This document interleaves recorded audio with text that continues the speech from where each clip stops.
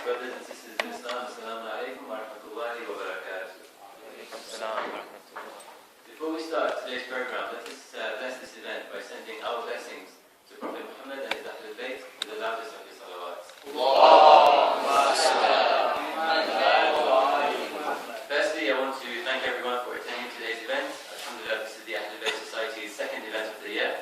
We have many more planned, and inshallah, you all will be kept up to date with our future events, inshallah. Very good turnout today, alhamdulillah, and why wouldn't it be? We have the honor of having Sister Zahra Al-Alawi with us today, and inshallah she will enlighten us with her knowledge on the topic of the views and opinions of hijab. So we are here today to learn and discuss about the topic of hijab. Personally, as a Muslim youth living in the Western world, I feel that the concept of hijab is one that is very important and is one that should be made aware of. I see in the Western world, I see the concept of hijab being twisted and turned in such a way that, and by this I mean the hijab of the men as well as the women. The concept of hijab being twisted in such a way that it fits around an individual's lifestyle. Whereas sometimes we forget that there is a Sharia law that is laid down for how the hijab is meant to be worn and how the hijab is meant to be respected. And that is what we're here today for, to actually learn about the hijab and how it should be respected, inshallah. And Sister Zahra will do that for us. So Zahra Al-Alawi has graduated with a media and television degree from the University of Hertfordshire.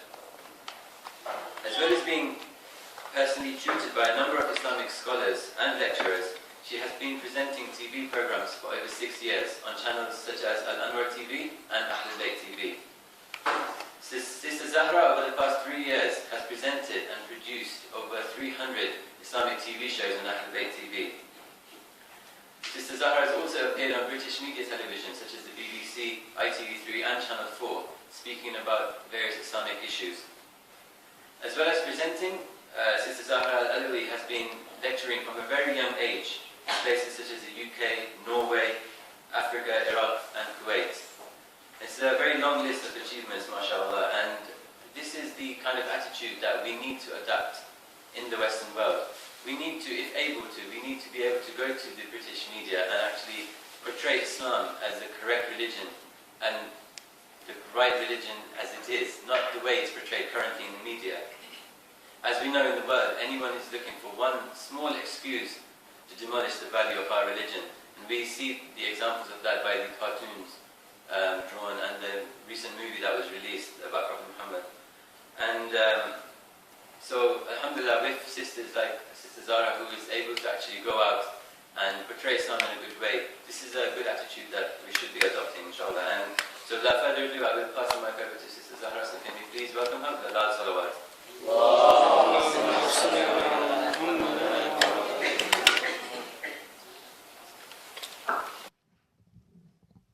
أعوذ بالله من الشيطان الرجيم بسم الله الرحمن الرحيم والصلاة والسلام على أشرف الأنبياء والمرسلين سيدنا وحبيب قلوبنا أبا القاسم محمد اللهم صل على محمد. Can we have a second loud salawat for the love of Fatima Zahra alayhi salam? اللهم صل. Can we have the third loud salawat for the Imam of our time, Imam al-Mahdi, Ajjalallahu ta'ala faraja. Allahumma. The issue of hijab has preoccupied the discussions of generations before us and continues to do so, creating much criticism. What many people fail to understand is that the hijab is not only the social, it's the physical as well. You can't have the social hijab if you don't have the physical, and you can't have the physical hijab if you don't have the social. Islam emphasizes on maintaining one's decency and modesty when interacting with the opposite gender. And the dress code is an overall of this. We as Muslims get bombarded by both philosophical and the social questions regarding hijab. There are so many views and opinions present about hijab that the whole issue and the true meaning of hijab has become blurred. In today's talk, I want to avoid the cliche talk on hijab and rather focus on the logics behind wearing the hijab. What is the benefits of wearing hijab? Why should we maintain wearing the hijab? What is the need of maintaining and preserving hijab? Now, in today's talk, inshallah, I will be focusing on a number of aspects. Number one, about lowering the gaze. What is the philosophy behind lowering the gaze? Why should we lower the gaze as the Quran commands us to do so? Number two, I want to focus on the male aspect of hijab. What is the social aspect of hijab for men? What is the physical aspect of hijab for men? And third of all, I want to focus on a woman's hijab. What is the physical aspect or the commandments of hijab for a woman? And what is the social commandments of hijab for a woman? And number four, I want to speak about how we can address the issue of hijab to the general public. How can we speak about hijab in the public or in today's generation? Now, when it comes to lowering the gaze, as we know in the Quran, in Surah An-Nur, Surah 24, verse number 30 and 31, the Quran commands both men and women to lower their gaze. Now, many people say that in this generation it's unavoidable, we have to look at the opposite gender. We have to interact in the opposite to the opposite gender. So many people say, how can we lower our gaze in such a society? But the real question is, what is the need of lowering the gaze? Why should we lower the gaze? Now, when it comes to analyzing why an individual needs to lower their gaze, we must focus on the psychological impact of the eyes. You see, the eyes is a very powerful tool. The eyes is the window to the soul and to the heart. Now, for example, those who have studied public speaking, those who are public speakers, one of the main points in making a very strong public speech or a public lecture is maintaining eye contact with the audience. They say that when an individual maintains eye contact with their audience, that physical barrier between them and the audience is broken, and that physical distance is narrowed. And they say that they engage the audience on the personal level. Now, despite public speakers or students or work employees who have to interact with the opposite gender, we must take this on a personal level. Now, people interacting, and even if it's unavoidable and you have to interact with the opposite gender or establish eye contact with the opposite gender, then the complete hijab must be maintained. But when you take the same concept and you apply it on a personal level, when a man and a woman engage and establish eye contact and do not lower their gaze on a personal level, then that physical barrier between a man and a woman is broken and is narrowed, and they begin to interact with one another on a personal level. And this is exactly what the Quran speaks about. The Quran speaks about physical barriers as hijab. So when an individual interacts with someone from the opposite gender on a personal level and establishes eye contact with them, then the physical barrier is broken. And in the hadith tell us that shaitan's arrow is shot, which leads to deviation. Prophet Isa alayhi salam has said that when a man looks at a woman or when a woman looks at a man and interacts with her, then a seed of desire is planted in the heart of the individual, which leads to their deviation. You see, the eyes is a very powerful tool that when an individual witnesses a crime or witnesses an act of immorality, that has a detrimental impact on the soul of the individual, and that individual loses a sense of innocence. Now, when you come, there are many books distributed in the West and many articles and many texts written in the West about the art of seduction. It talks about how to seduce a person from the opposite gender. Now, when you read about this, you see that it says the number one aspect when it says that how you seduce an individual from the opposite gender is to establish eye contact with them. And not only that, it says establish eye contact with them, look away and look back at them, and you've already sent the message across that you're interested. And this is distributed within the West. This is exactly what Islam talks about when it talks about lowering the gaze. Is because when an individual looks at someone from the opposite gender and looks away and looks back at them, they've sent the message across that I'm interested. In Islam, the first look is for you, the second look is against you. You can look at someone from the opposite gender who you may find attractive once, accidentally, but the next time you look at them, that is forbidden and not allowed. You see, this is what the Quran talks about. Imam Muhammad al-Baqir alayhi salam has said that when the eyes of the individual looks at someone from the opposite gender in a lustful way, that is the fornication of the eyes. A kiss is the fornication of the lips, and the touch of a non-mahram woman or a non-mahram man is a fornication of the hands. You see, that's how powerful the eyes is. If you read the Treatise of Rights by Imam Zayn al-Abidin alayhi salam, you see that it's a beautiful text. It talks about the rights that individuals have over other individuals. It talks about the rights of your body parts, the rights that your body parts have over you. And in the Treatise of Rights, it says that every body part within you has a right over you.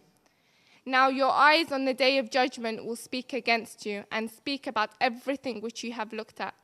And you see, when it comes to the eyes, that in the Treatise of Rights it says, it is the right of your eyes that you should cast it down from things which are forbidden from you and from individuals which are forbidden from you. You should not use your eyes only in a place where you increase your insight and you increase your knowledge. And because the eyes is the door to contemplation. That's the words of Imam Zain al-Abidin, beautiful words. And when you look at Surah number 24, verse number 30 and 31 about lowering the gaze, when Allah commands men and women to lower their gaze, you see that when this ayah was revealed, it wasn't only revealed in terms of not looking at the opposite gender or not looking at something forbidden from you. This ayah was revealed in terms of lowering your gaze from everything which is forbidden from you. And that includes those websites, those magazines, those pictures and those videos. And I really don't need to go into specific of what I'm talking about. You see, when an individual looks at a woman wearing revealing clothing or a man wearing revealing clothing, that seed of desire is planted in the heart of that individual. That unwanted desire is planted in that individual's heart. And the heart begins to rot. You see that through a psychological point of view, that everything you see during the day is stored within your brain. And those images and those things that you witness during the day accumulates and gathers up. And the only way to relieve yourself from what you have seen is through manifesting those same desires into action. You see, that's why the Quran commands both men and women as a part of hijab, as a commandment of hijab, to lower their gaze. Because when you go to the rates of the individuals that turn to the haram acts or turn to the haram routes through satisfying their desires, you'll see that then you will see the power of lowering your gaze, because you wouldn't get to that stage where you need to reveal yourself from these unwanted desires if you didn't look at it in the first place. If you prevent it from the beginning, then you would see that you wouldn't get to that stage where you would need to relieve yourselves from these desires. That's why lowering your gaze is a fundamental part of hijab. And that's why the Quran, when it first addressed hijab for both men and women, it first told men and women to lower your gaze, because that's the beginning of hijab. Now, when you go to the hijab of men, now it's quite interesting because both Muslims and non-Muslims, when you talk about hijab, they associate hijab with women. They always say, hijab is for women, it's not for men. When the Quran, when it sent down the commandments, when Allah sent down the commandments of hijab, it sent them down to men before it sent them down to women. It ordained men to wear hijab and perceive the hijab before it told women to maintain their own hijab. Now you see in Surah An-Nur, Surah number 30, it says, قُلْ لِلْمُؤْمِنِينَ يُغَضُّوا مِنْ أَبْصَارِهِمْ وَيَحْفَظَ فُرُوجَهُمْ ذَلِكَ أَزْكَى لَهُمْ إِنَّ اللَّهُ خَبِيرٌ بِمَا يَصْنَعُونَ. It says, to the believing men, tell the believing men to lower their gaze, to guide their private parts, and to that it is pure for them, because Allah surely knows what that individual gets up to. The Quran tells men in terms of hijab to lower their gaze, which we already spoke about, that's the social. And then it tells men to guide their private parts, that's the physical. And then it says surely that is pure for them, because Allah surely knows what they get up to. You see that first it talks about lowering the gaze. We've already spoken about the benefits of lowering the gaze. And then it talks about guiding their private parts. So the first physical requirements of hijab for men is to guide their private parts, to cover their private parts. And then this goes further. When you read the Islamic texts and narrations, it says that part of the physical hijab of men is not only to guide their private parts. It's about not really revealing your chest. Some narrations in Islamic chest say those men that walk around topless or walk around showing their biceps, that's not part of hijab. It says that a man should walk on this earth with a sense of modesty and humility, that a man must have that sense of respect, that he doesn't reveal himself, he doesn't show too much. Some maraja say that a man cannot wear shorts too high up where he shows his thighs or above the knees. And there's different opinions regarding what maraja consider as hijab. Some further on go on to say that a man's beard is a sense of hijab, even if it's a very thin beard, because they say that a man's beard, when a man maintains their beard, it's a sense of humility. It gives them a sense of humility and modesty. So that's what the requirements of the physical hijab for men. Now obviously there's different opinions regarding that. Now, when it comes to men, they say, you know, we live in a society where there's women around us who are basically wearing nothing. It's really hard for us to maintain our hijab in both the social and the physical sense. They say that we live in a society, an imperfect society, where the majority of women are wearing revealing clothing. Now, when you look at Islam and you look at the historical stories, you see that there's so many historical stories that the prophets and the imams were in this exact same situation and they came out successful. Now, when you see Imam al-Kadhim alayhi salam, Imam al-Kadhim, when he was in prison, now the oppressive ruler Harun al-Rashid, when Imam al-Kadhim was in prison, Harun al-Rashid said he took this beautiful maid. She was absolutely stunning. She was beautiful. And he told this maid, your job is to go inside the prison cell of Imam al-Kadhim and to seduce him. That's your job. You serve him and you seduce him. Now, Imam al-Kadhim was in prison. This beautiful maid came in. She tried to seduce him, tried to do everything that the ruler Harun al-Rashid told her to do. And it didn't take long where she threw to the ground in prostration to Allah. And she said, Subhanaka Quddusun. She said, Quddusun Subhanaka Subhanak. That maid, she completely changed her way. And people told her, when people saw that radical change in her, they said, what made that radical change within you? She said, when I saw Imam al-Kadhim, he was such a pure servant of Allah. Now, despite and in contrary to Harun Rashid's intentions of bringing this beautiful woman in the prison cell of Imam al-Kadhim to seduce him, despite Harun Rashid's intentions, Imam al-Kadhim had complete and utter control upon his gaze. He was so devoted to Allah. He was in service of Allah. He was constantly in the worship of Allah that created the change within that woman. Yes, as men, you may be surrounded by women wearing revealing clothing every single day. You may see a woman in front of you wearing revealing clothing, but you can control yourself just as the imams control themselves. You have controls over your actions. You can't blame your actions on another individuals. And through the stories of the imam, it shows this. You see that the imam influenced her rather than her influencing him. Now, another story, as you all know, the famous story of Zulaykha and Yusuf, the attempted seduction of Zulaykha. Now, Zulaykha, as it says in Surah Yusuf, verse number 23, that Zulaykha, when she saw her husband wasn't around, she was a married woman, but she still had that desire towards Yusuf. The surah says that when Yusuf wasn't around, she closed all the doors and she told Yusuf, come forward. So she tried to seduce him. But Yusuf, he said that I seek refuge from Allah. Yusuf had that acknowledgement that Allah is watching. Therefore, he had complete and utter control over his gaze. He had complete and utter control over his social hijab and his physical hijab. Despite Zulaykha, as narrations tell us, that she was such a beautiful woman and she was such a powerful woman as well. A man can easily fall into desire or to compromise his social and physical hijab for her. But Yusuf acknowledged he had that taqwa. He acknowledged that Allah is watching. And that's the sort of hijab that men should have, that humility, that modesty, that despite all the women around them, they still are able to maintain themselves. And when you come to the hijab of men, now many people, this is a common question, many people say that, so okay, the social hijab is the same for men and women. And they say but when it comes to physical hijab, why is there a greater need for a physical hijab on women than it is for men? If men and women both get tempted and they both get tempted into desire, why is there need for both? You see, this answer is very clear. The reason why there's a greater emphasis on the hijab of women to men is because we have biological differences. If our bodies were the same, then the hijab for a man and woman should be the same as well. But there is biological distinctions between a man's body and a woman's body, which is why there's a greater need for a woman to cover up than a man. You just look at the alarming rates of men who turn to pornography. The reason why they tend to look at such websites is because a woman's body is created to attract. Therefore, there's a greater need for women to cover up their bodies because the body is there to attract.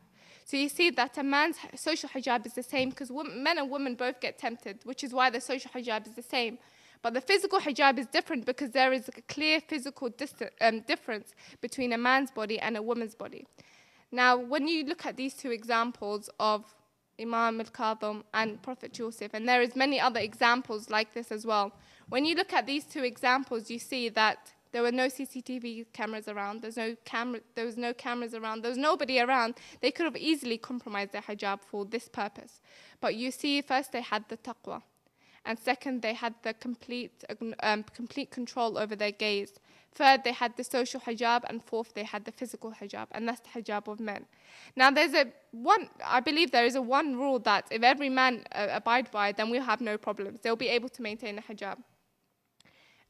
This is actually a story from Prophet Muhammad. Prophet Muhammad once was sitting with his companions, and he was sitting with his companions, and this man came to Prophet Muhammad sallallahu alaihi wasallam, and he said to him, he said, "Oh Prophet, I want to commit fornication." He said that to his Prophet. At that point, all the companions got up. They wanted to beat this man up. They said, "What do you mean you're telling the Prophet you want to commit fornication?" So they all got up to beat this man. The Prophet said, just wait a bit. And then he told the man, "Can I ask you a question?" And the man said, "Yeah, sure, go ahead." He said, if you knew another man wanted to commit fornication with your mother, with your sister, with your daughter, or with your wife, what would you do? That man said, "What do you mean what I would do? I would kill him. If I knew another man had the same intentions about my sister, my mother, my female relatives, I would kill him." Then the Prophet said, "If you don't like another man having those thoughts or intentions about your mother, your sister, your wife, your daughter, then what makes it okay for you to have the same intentions about another man's mother, sister, and wife?" The reason is, if every man thought, if they are going to compromise their hijab, if they're going to compromise their physical hijab in order to attract another woman, if they're going to compromise their social hijab in order to attract another woman, they should think about, would you like that if another man done that to your female relatives? And the answer is no. And that's through the example of the Prophet. If every man took this concept in his head, they will never compromise their social hijab. They will never compromise their physical hijab. Because what you do to another man's female relatives is what you wouldn't like be done to yours. So what gives you the right to do that to another woman? Now, when you come to the hijab of a woman, you see that the hijab of a woman, the next surah, in Surah An-Nur, verse number 31, tells the woman, "O believing woman, lower your gaze, guide your private parts." Notice, that's the same as a man. And then it goes on further to say, "Do not display your ornaments except what seems apparent." And then it says, "And pull your head coverings over your bosoms." Now that's in Surah An-Nur, verse number 31. In this verse, it goes further to the man. So you have the physical, you have the social, you have the physical, and it goes on further to say, "Pull your head coverings over your bosoms." And it says, "Do not display your ornaments except what seems apparent." Now, Maraja and scholars of tafsir have said that do not display your ornaments except what seems apparent is the oval of your face and the palm of your hand, so up to your wrist. They said that's the only thing a woman can reveal, so that's the requirements of hijab. Now, I don't want to dwell too much into the requirements of the woman's hijab. I know I don't want to take too much time, and I know I have past lectures on this topic about the requirements of hijab for women, but just roughly explaining. In order to analyze this first, if anyone, on a daily basis we say that the Quran doesn't require a woman to wear the hijab. People say that the Quran only talks about the generic terms of modesty and chastity. But when you come to analyze this first, you must have knowledge in certain aspects. Not anyone can come and analyze the Quranic ayat or the ayat in the Holy Quran. You see, when you come to analyze this verse, you must have knowledge in hadith, and you must have knowledge in pre-Islamic Arabian culture. Now, if you know, before this verse was revealed in pre-Islamic Arabian culture, women already wore the headscarf. That was something that every woman already done. But what the women used to do, you know how bandanas are worn? They take the hijabs and they tie it backwards so all the neck and the chest is revealed. That's how women in pre-Islamic Arabia used to wear the hijab. They used to reveal all their necks, their chests, and just cover their hair. So when this ayah was revealed, it was telling women, pull down the head coverings over your chest to cover your neck and chest. This indicates that the hijab is already worn. If Allah was going to command a woman just to cover her neck and chest, if that was the only requirements of hijab, then the structure of that ayah will be completely different. For example, if you go to a workplace and it says all shirts must be tucked in, that indication, that structure of sentence indicates that the man or the individual is already wearing the shirt, but it's ordering them to tuck it in. Now, when it comes to this verse, it says, pull your head coverings over your chest. It means that the individuals are wearing a hijab, but they need to put it down over their chest. Now, further on, this verse further on says that you have to observe hijab except to your husband and to your father-in-law and to your the father of your husband and to your sons and your sister's sons and your uncles. Now, this is a question for those who say that the hijab doesn't require a woman to wear hijab. That if the Quran commands a woman to cover up and says except to those male relatives, then what is it that you could reveal in public? What is it that you can reveal in public that you can't reveal to your husband? If you don't have to wear hijab and you can wear normal clothing, then what more can you show to your father-in-law or to your sons or to your uncles? What more is there to show if the hijab is not required? There must be a physical requirement to hijab. That's why Allah says you need to physically cover up except to your father-in-laws and to your sons and to your nephews and to your uncles. There must be a greater physical hijab that you must wear in public, and then the hijab that you must wear in front of your husbands and your male relatives. So there's a clear distinction between the physical hijab in public and to your female relatives, which you see that there is a physical need for a woman to cover up. Now, in America, there was a Scarves for Solidarity campaign. And what this campaign done is it got non-Muslims to wear the hijab. Now, it was quoted one American Muslim. She said that when I wore the hijab for the first time in my life, I felt like my body was for me. The first time of my life, I owned my body. And the reason of this, I believe that we take advantage of hijab. You know, we see like, okay, hijab, we have to wear hijab, or it's hot to wear hijab. We don't really appreciate the hijab. For me, I never really, I believe that what led me to the success in my educational studies was my hijab. The hijab is such an empowering tool that when a woman comes up and she speaks, or when a woman comes up in public or becomes active in public, no man can judge her for her looks, because the only thing they could see is the oval of her face and their hands. So how could you just judge something that you can't see? That's the reason the hijab is so powerful.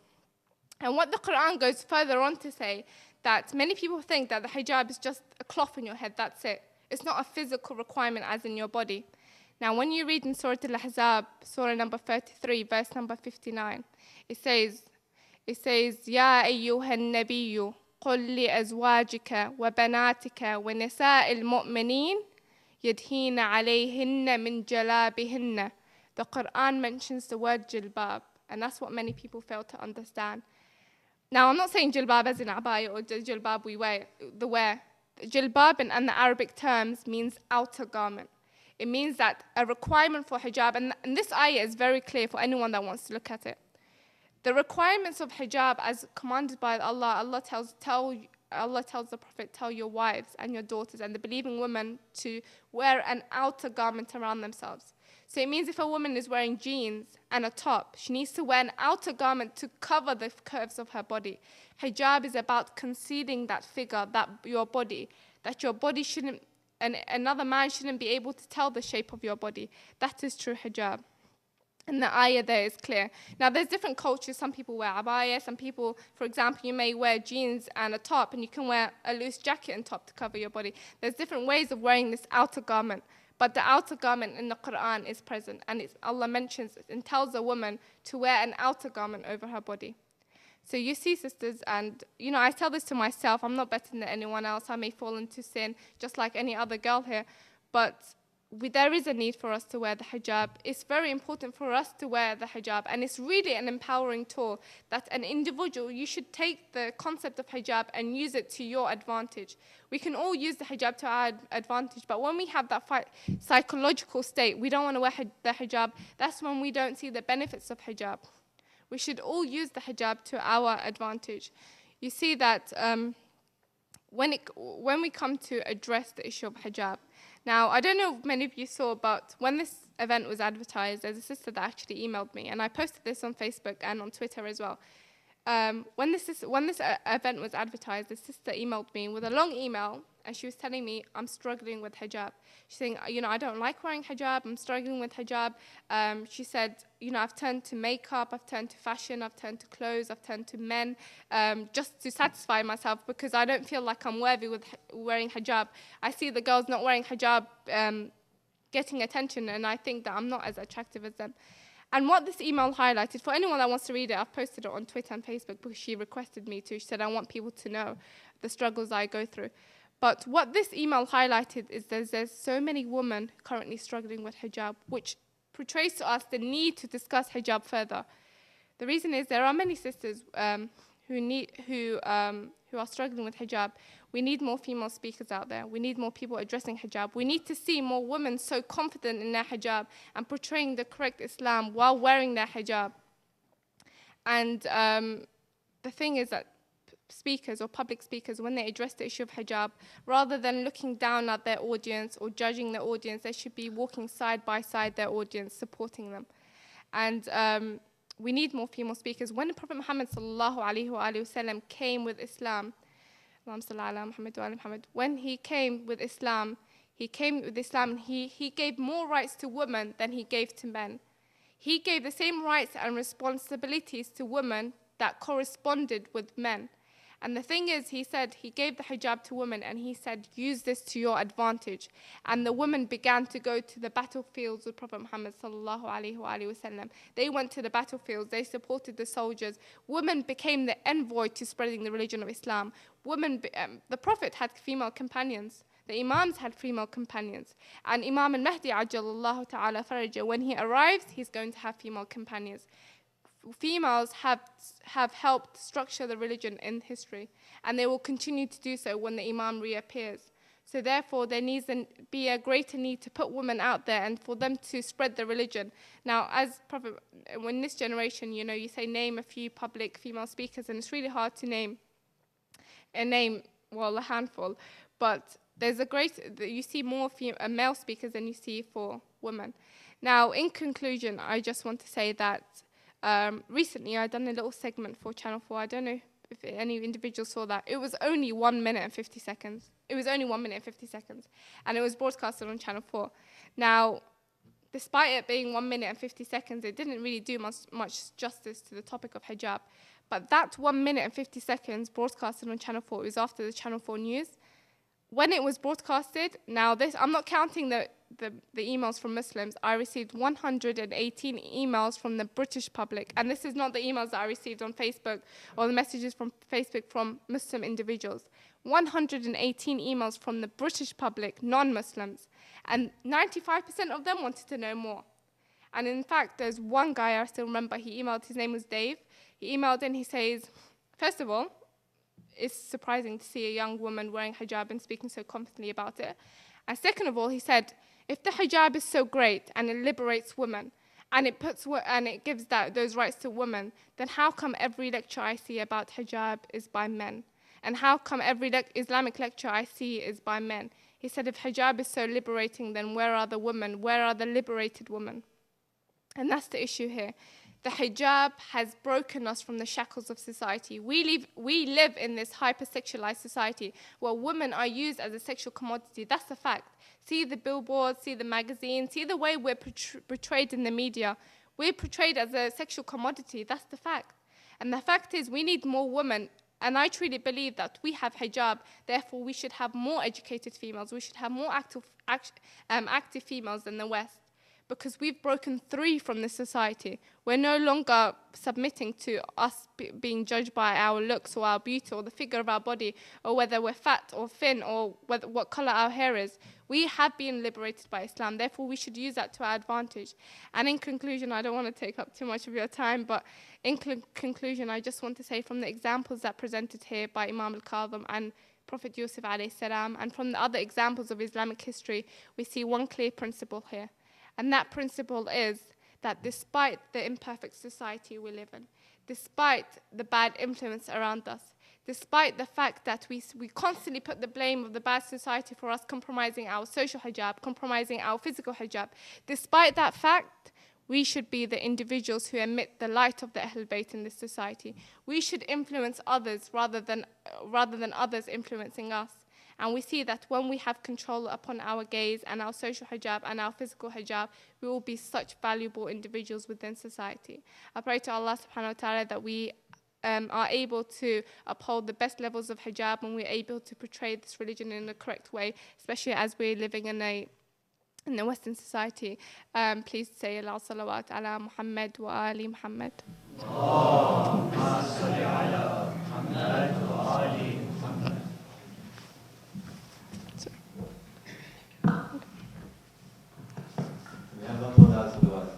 Allahumma salli ala Muhammad wa Thank you very much, Sister Zahra, for that very, very inspiring lecture. I myself learned a lot, and inshallah, I hope you guys also have.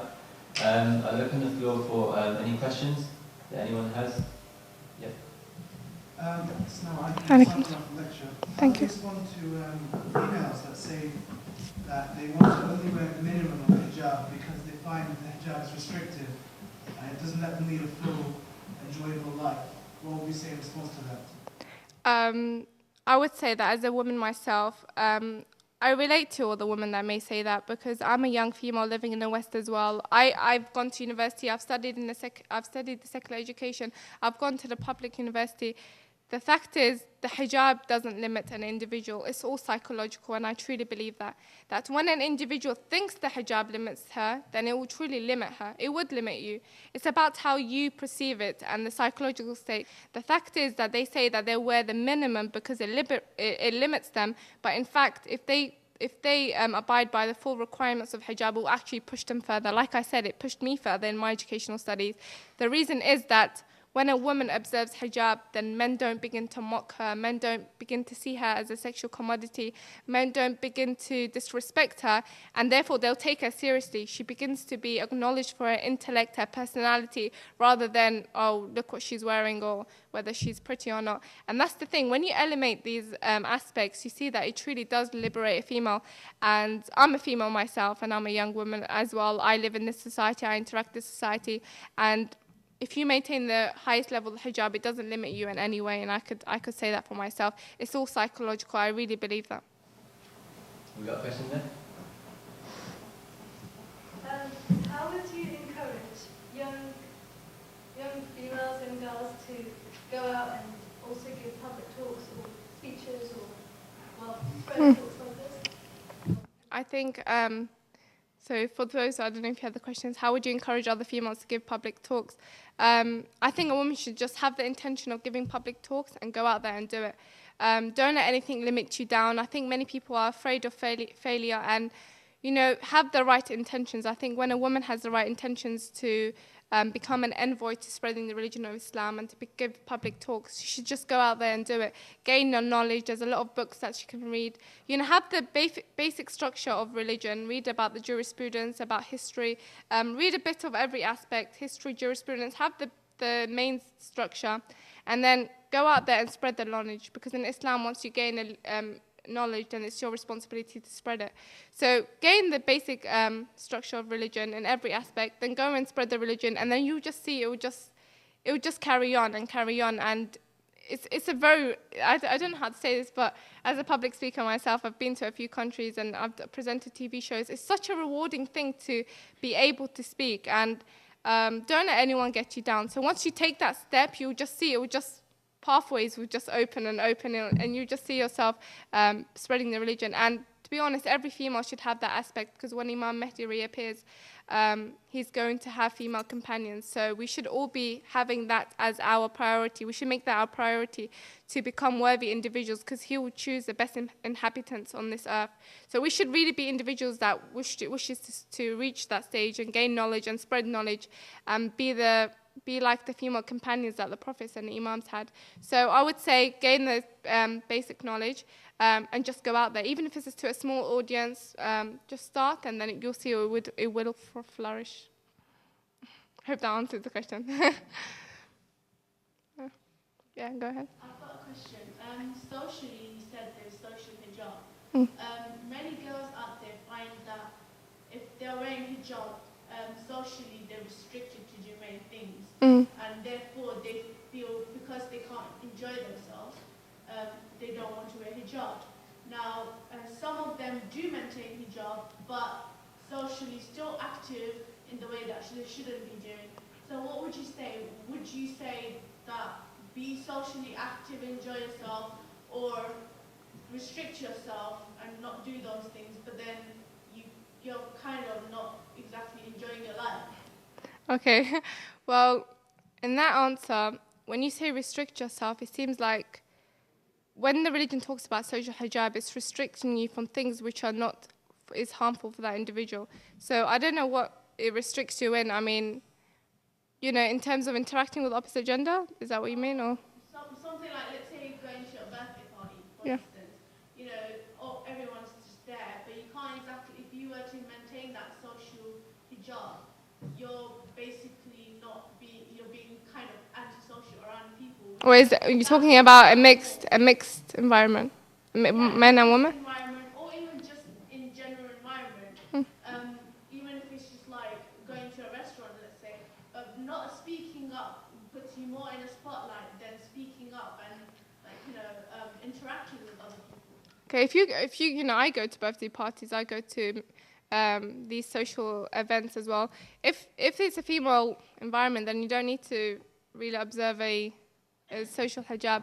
But I think that a woman should, well, not I think, the religion says that a woman and man should observe social hijabs in a mixed environment with men. And I think that women and men need to keep that conversation to a minimal anyway. Like, when a woman interacts with a man, it has to be formal, has to be straight to the point, because as the religion says, through narrations, through stories, through the ayahs in Holy Quran, and through the sayings of the prophets and the imams, it says that when you compromise your social hijab and you try to be relaxed, you know, it may be innocent at first, it may be innocent, but it always says it will lead to deviation one way or another. Even if you think that you can maintain yourself by compromising or being a bit soft on your social hijab, you see that how do you know that other men or individual are able to maintain their social hijab? So the thing is that both men and women have their social requirements of the social hijab, and the physical hijab is that when one party falls, then the other one has the social hijab, so they balance. That's why you maintain the chastity of society.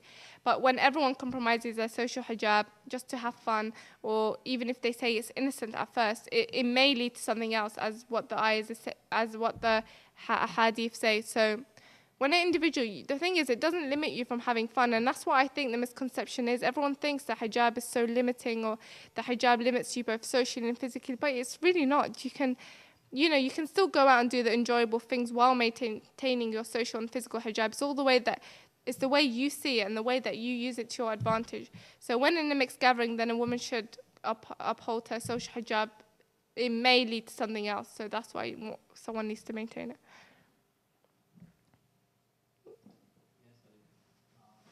Thank you very much for your talk. And Thank you. just a question